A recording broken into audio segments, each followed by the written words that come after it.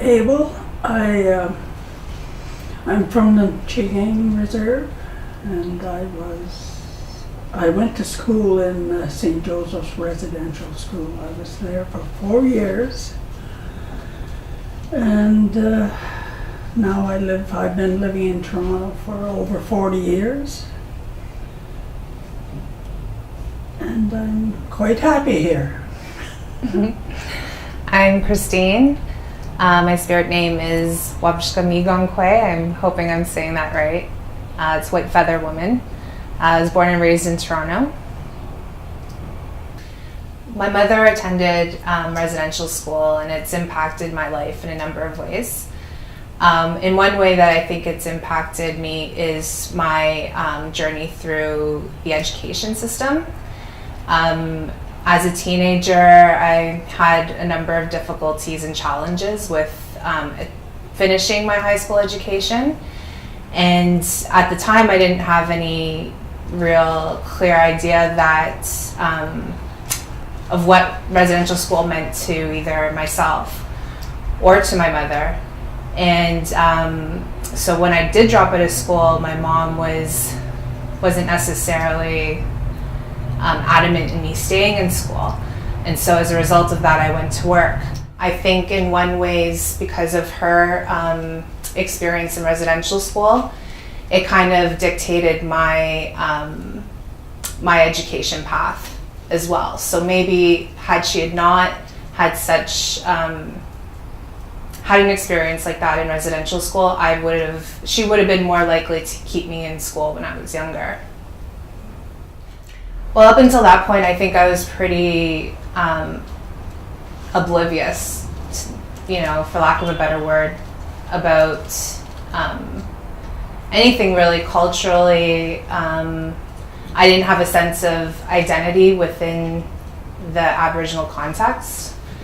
Definitely, I would have probably learned a lot more about myself as a First Nations person if that wasn't taken away from my mom from such an early age. And for a long time, I didn't understand why she wouldn't speak Anishinaabe to us. I didn't realize growing up what that really meant. And that was very difficult for me until I went back to school and I really understood. I speak a little Ojibwe once in a while. Not very often, but it's hard because they've been brought up just speaking English, and I can't converse with them because they don't understand. But it is hard. Oh, maybe it's because too that when we went to the Spanish school, we were.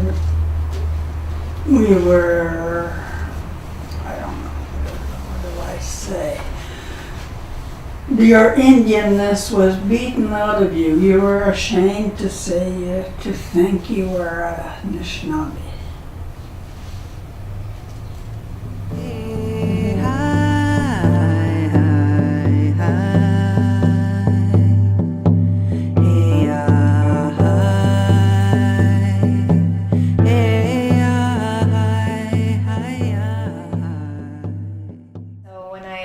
First went to university. Up until that point, I wasn't really aware or really educated on what the residential school system meant to me as an Anishinaabe Kwe or to my family, and especially as someone whose parent went to residential school. And it wasn't until I went to university and I went to a few Aboriginal Studies courses that I really understood some of the impacts of residential school, and particularly how that affected my mother and her life course, as well as some of the things that I went through growing up. So that was really difficult, and it was really hard because, I can talk about it now, but at that time in my life, I hadn't really talked about it at all. I hadn't explored it within myself. I think during that time, I would talk to my mom a lot about that and talk to her about how I was feeling. And, I would right after class, I would come over and I'd be like, boy, I bawled my eyes out today. And we would talk about that. And there was a dialogue there that we never had before. She shared things with me that were, I know, painful for her and painful for me to hear.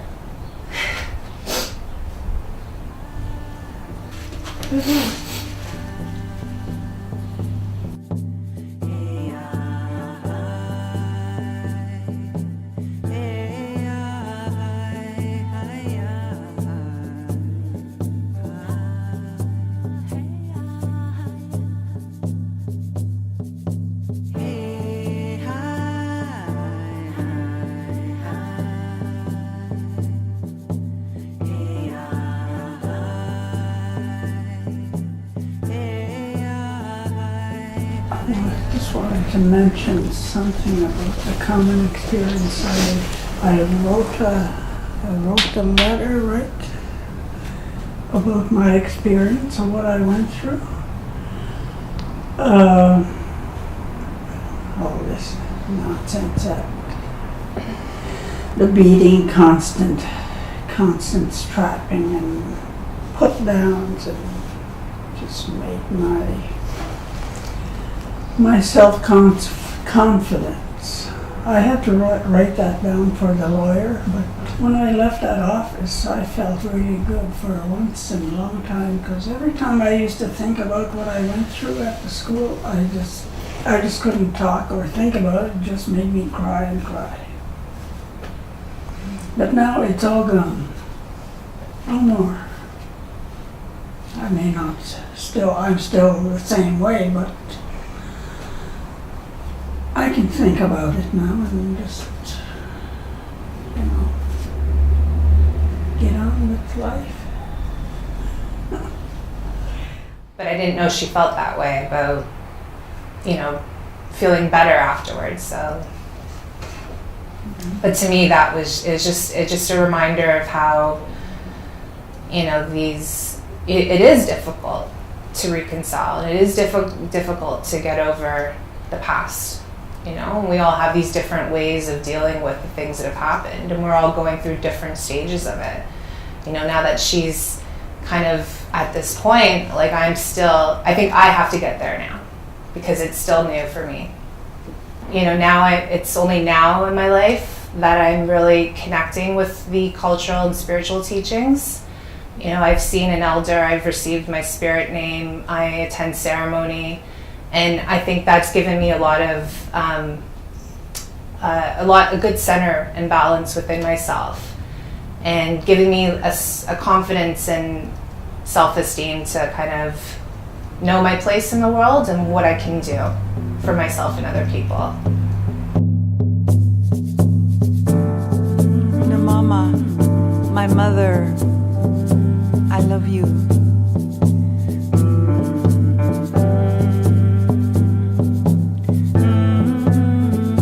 Mother, I honor you.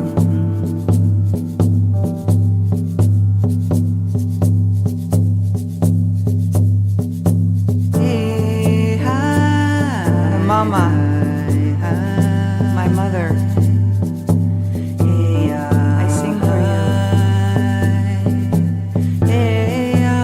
Mama, this song is for you.